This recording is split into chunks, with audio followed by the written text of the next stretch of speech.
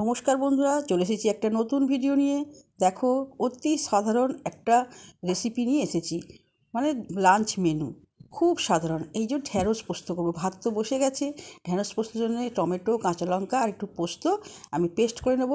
আর ঢ্যাঁড়স তো আমার কাটাই হয়ে গেছে, ধোয়া হয়ে গেছে। দেখো, ঢ্যাঁড়সটা এবার আমি কেটে ধোয়া হয়ে গিয়ে এবার আমি ভেজে রাখছি। তারপর আমি ভালো করে নুন দিয়ে আর হলুদ দিয়ে এটাকে নাড়াচাড়া করে ভেজে নিতে হবে, নাহলে হরহর করবে। কিন্তু একটু নুন দিলে পরে এই হরহরটা, ঢ্যাঁড়স তো হরহর করে, এই হরহরটা কেটে যাবে। সেই জন্য আমি নুন আর হলুদ দিয়ে ভেজে নিলাম। দেখো, নুন হলুদ দিয়ে ভেজে নিলে কড়াটা একটু দাগ হয়ে যায়, দেখবে তোমরা। এরপর আলু তো সিদ্ধ করে রাখা আছে, আলুটা আমি ভেজে নিচ্ছি। সাদা তেল দিয়ে করছি, সেই জন্য আলুটার কালার হচ্ছে না। সাদা তেলে আমি আলুটা ভেজে নিচ্ছি, সবই সাদা তেলে রান্না করছি আজকে। দেখো, এবার কড়াই তেল দিলাম, এই যে সাদা তেল। তারপর দেবো কাঁচা লঙ্কা, আর তারপর দেবো জিরে আর কাঁচা লঙ্কা আর কি পরপর দিলাম। দিয়ে ভালো করে ভাজা ভাজা গন্ধ উঠলে জিরের এই পেস্টটা আমি, পোস্ত আর যে কাঁচা লঙ্কা আর টমেটো পেস্টটা করে রেখেছি, এটা আমি একটু শুকনো করে ভেজে নেব। দেখো, এটা ভেজে নিলে খুব টেস্ট ভালো হয়। সেই জন্য পোস্তটা একটু আমি নাড়াচাড়া করে সুন্দর করে একটু ভেজে নিতে হবে। তারপর কিন্তু আমি সবজিটা দেবো, আর একটু জল দিয়ে দেবো। এটা পেস্টটা নষ্ট করবো, তে লেখা আছে অনেক পোস্ত লেগে আছে, পোস্তর তো অনেক দাম, সেই জন্য নষ্ট করলাম না। এইটা ধুয়ে অল্প একটু জল দিয়ে ধুয়ে আমি দিয়ে দিলাম, ভালো করে নাড়াচাড়া করে নিলাম। নিয়ে একটু হলুদ দিয়ে দিলাম, আর দেবো লঙ্কা গুঁড়ো। লঙ্কা গুঁড়ো না দিলে তো তরকারির স্বাদই আসে না, তাই না?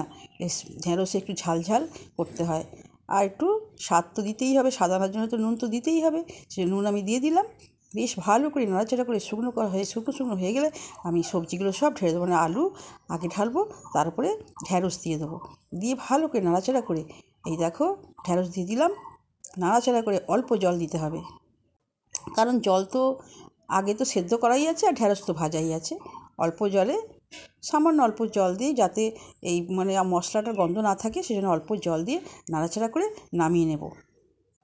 দেখো, খেতে কিন্তু খুব টেস্টি হবে, খুব টেস্টি হবে ঢ্যাঁড়স পোস্ত। এখন তো গরম পড়েছে, এবার ঢ্যাঁড়স পোস্তই খেতে হবে। কপির দিন আস্তে আস্তে চলে গেছে। দেখো, খুব ভালো খেতে লাগবে। এই যে ঢ্যাঁড়স পোস্ত আমার হয়ে গেছে। এরপর আমি, আমার চাষের পালং শাক আছে, আজকের মেনুর জন্যই খুব অর্ডিনারি রান্না।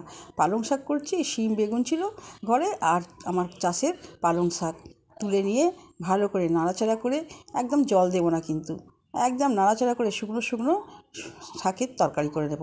দেখো, আমার কিন্তু রান্না মোটামুটি হয়ে গেছে এসেছে। এই দেখো, আমি লাঞ্চের জন্য ভাত আমি রেডি করে ফেলেছি। এই যে সাদা ভাত নিয়েছি, আর দেখো উচ্ছে ভাজাও নিয়েছি। এরকম সময় উচ্ছেটা একটু খাওয়া দরকার আছে প্রত্যেকের।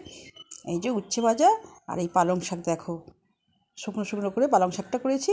আর তো পোস্ত, এই যে ঢ্যাঁড়স পোস্ত, আর একটা আস্ত কাঁচা লঙ্কা নেব, নাহলে কিন্তু ভাত খেতে একদমই ভালো লাগবে না। এই দেখো, আস্ত কাঁচা লঙ্কা। ঠিক আছে বন্ধুরা, তোমরা ভালো থাকবে, আনন্দে থাকবে। পরের ভিডিও দেখা হবে আবার।